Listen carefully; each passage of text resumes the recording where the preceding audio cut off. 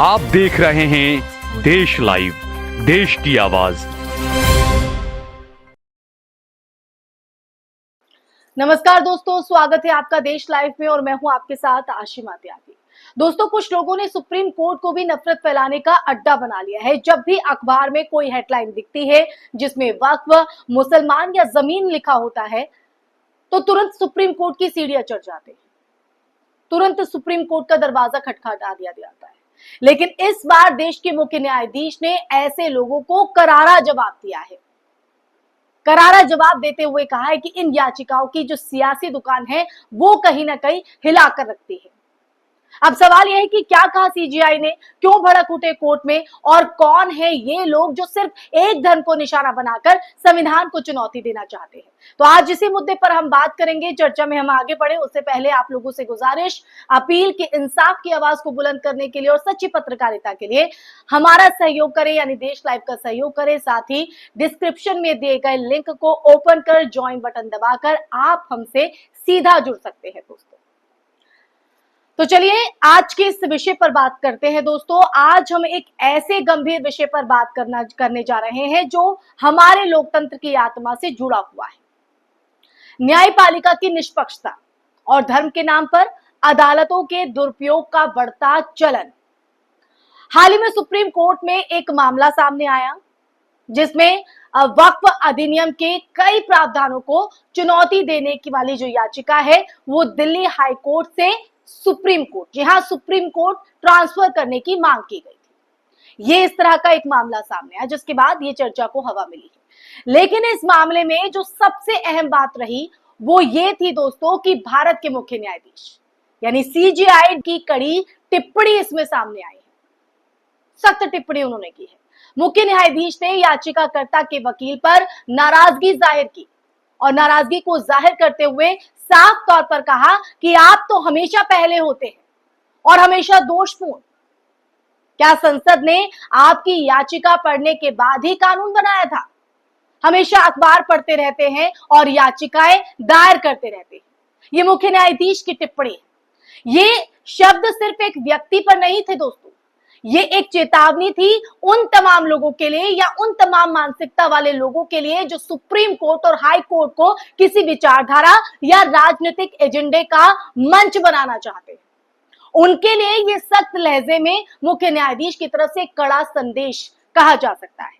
अब जरा सोचिए, सुप्रीम कोर्ट देश का सर्वोच्च न्यायिक मंच है जहां आम आदमी की अति अंतिम उम्मीद जो है वो जुड़ी होती है। लेकिन अगर कुछ लोग इसे मुसलमानों या किसी एक विशेष समुदाय के खिलाफ लगातार, जी हां, लगातार बार बार याचिकाएं दायर कर करके सिर्फ नफरत फैलाने का टूल बना दे, तो क्या ये लोकतंत्र के लिए सही संकेत है?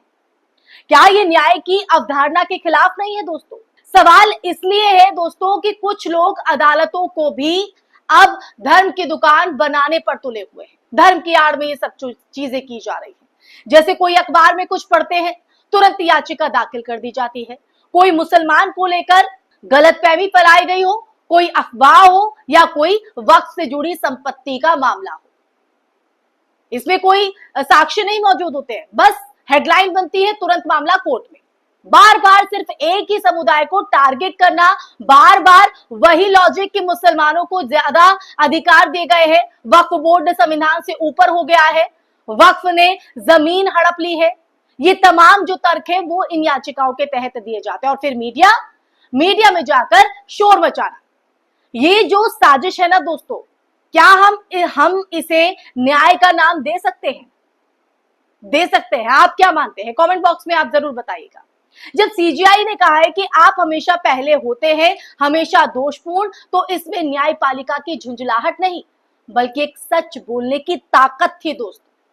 ताकत वही सच्चाई है जो बताती है कि कुछ लोग जानबूझकर, बिल्कुल जानबूझकर अदालतों के समय और संसाधनों का दुरुपयोग करते हैं ताकि लोगों को ये लोग मुसलमानों से जुड़ी संस्थाएं जैसे वक्फ बोर्ड देश के लिए खतरा है ये बता सके।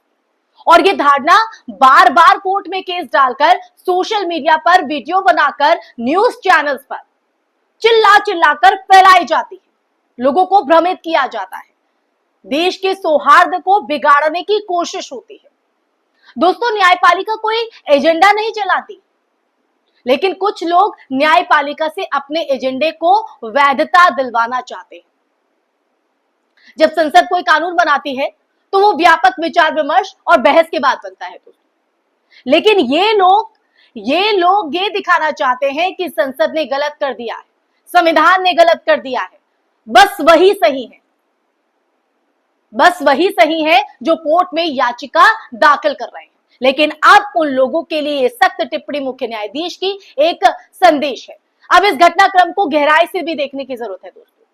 जिस वकील ने याचिका दाखिल की, सीजीआई ने उसी पर सवाल उठाए। कोर्ट ने पूछा कि क्या संसद ने आपका कॉल आने के बाद कानून पास किया था? ये तंज नहीं था, बल्कि एक कटाक्ष था उन लोगों पर या उस मानसिकता पर जो सोचते हैं कि देश की लोकतांत्रिक संस्थाएं उनके विचारों के मुताबिक, जी हां, उनके विचारों के मुताबिक चलेगी। लेकिन ऐसा नहीं है। मुख्य न्यायाधीश की इस टिप्पणी के बाद ये जाहिर होता है। अदालत का भी यही कहना था कि ये याचिकाकर्ता हमेशा वही लोग हैं और उनके मुद्दे भी वही हैं। एक ही ट्रैक पर घिसी पिटी राजनीति, यानी कोर्ट में पहुंचने वाला हर जो दूसरी याचिका है वो एक ही मकसद से भरी होती है, एक ही मंशा से भरी होती है, मुसलमानों के खिलाफ माहौल बनाना। और जब सीजीआई ने कहा कि हमेशा अखबार पढ़ते रहते हैं और याचिका दायर करते रहते हैं, तो वो उन वकीलों पर सीधा हमला था दोस्तों, जो मीडिया रिपोर्ट्स को ही सच्चाई मानकर कोर्ट में चले जाते हैं। जी हां, मीडिया की सच्चाई, आप समझ रहे हैं। अब सवाल दोस्तों में ये है कि जब अदालतें ये पहचानने लगी हैं कि कौन लोग एजेंडा लेकर या एजेंडे के साथ या उसके मकसद से बार बार अदालत पहुंच रहे हैं, तो क्या ये समय नहीं है कि आम जनता भी जागे, यानी आप और हम भी जागे? देश लाइव तो जाग गया है, इसलिए मुद्दा लेकर आया है। क्या ये जरूरी नहीं हो गया है दोस्तों कि मीडिया, सोशल मीडिया और न्यूज चैनल्स को सिर्फ एक समुदाय के खिलाफ जहर उगलने का ठेका देना बंद करें? हमेशा वक्फ को टारगेट करना, जमीन हड़पने के नाम पर डर फैलाना और फिर उसकी आड़ में मुसलमानों को देश विरोधी बता देना। दोस्तों, ये सब कुछ एक सोची समझी स्क्रिप्ट का हिस्सा लगता है। सुप्रीम कोर्ट इस स्क्रिप्ट को अब पहचान चुका है और यही वजह है दोस्तों कि इस बार सीजीआई ने सिर्फ नाराजगी नहीं जताई, बल्कि न्यायपालिका की गरिमा को बचाने का काम भी किया है, जिसकी जरूरत थी दोस्तों। आप तमाम संस्थाओं को ले लें, जो मैं पहले वीडियो में भी बात कर चुकी हूँ दोस्तों। लोकतंत्र में याचिका दाखिल करना एक अधिकार है, लेकिन जब वो अधिकार धर्म की राजनीति के लिए इस्तेमाल होना, तो वो लोकतंत्र को खोखला करता है, उस लोकतंत्र को जो हमारी पहचान है। यही वजह है कि कोर्ट की ये टिप्पणी बेहद अहम है, क्योंकि ये दिखाता है, झलकाता है कि अदालतें अब जाग चुकी हैं। उन्हें समझ में आ गया है कि कौन लोग बार बार अदालतों का दुरुपयोग करते हैं या इस्तेमाल करके समाज में जहर घोलने का काम करते हैं या चाहते हैं। उनकी मंशा ही यही है। तो उस मंशा से आप भी जागरूक होइए। इस पूरे मुद्दे पर सोचिए कि क्या कभी किसी और धार्मिक ट्रस्ट जैसे हिंदू ट्रस्ट, जैन ट्रस्ट या चर्च प्रॉपर्टी पर इस स्तर की याचिका डाली जाती है? क्या कभी सुप्रीम कोर्ट में हर महीने कोई केस आता है कि मंदिरों की संपत्ति देखिए कितनी है, उसका ब्यौरा रखिए? ये संविधान से कहीं ना कहीं ऊपर हो गए हैं क्या? नहीं। फिर वक्फ के नाम पर क्यों? क्योंकि वक्फ का नाम आते ही एक धर्म विशेष की जो छवि है वो बनाई जाती है, उनके लिए माहौल बनाया जाता है, और यही इरादा होता है इन याचिकाकर्ताओं का या इन याचिकाओं का। तो ऐसे में दोस्तों अब वक्त आ गया है कि हम समझे कि अदालत देश के लिए है, हमारे लिए है, देश की जनता के लिए, किसी एजेंडे के लिए नहीं है।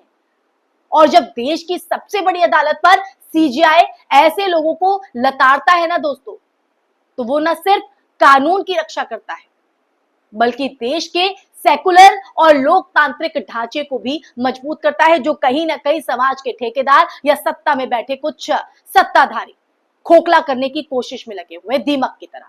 तो वीडियो के अंत में मैं बस आप लोगों से यही कहना चाहूंगी कि हम अब इस तरह की राजनीति और कोर्ट का दुरुपयोग बंद होना चाहिए। हमें ये समझना होगा, हमें उन मुद्दों पर कोर्ट जाना चाहिए जो समाज के हर वर्ग के लिए जरूरी है।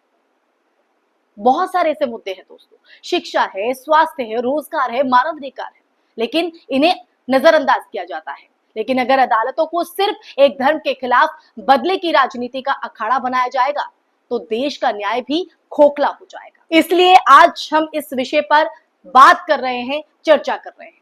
इसलिए दोस्तों, अगर आप सच्चे देशभक्त हैं तो अदालतों को अदालत की तरह ही रहने दीजिए, ना कि एजेंडा चलाने का मंच और सुप्रीम कोर्ट को सलाम कीजिए कि उसने ऐसे लोगों को वही जवाब दिया जिसकी आज बहुत ज्यादा जरूरत है। तो सुप्रीम कोर्ट ने अपना काम कर दिया और देश लाइव तो अपनी भूमिका निभा ही रहा है देश हित में।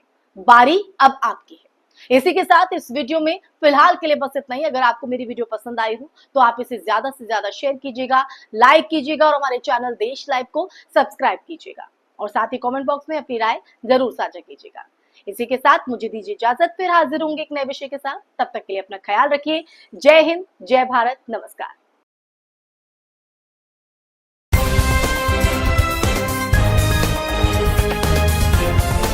देश और दुनिया की तमाम छोटी और बड़ी खबरों के लिए हमारे चैनल को सब्सक्राइब करना न भूलें और बेल का बटन जरूर दबाएं।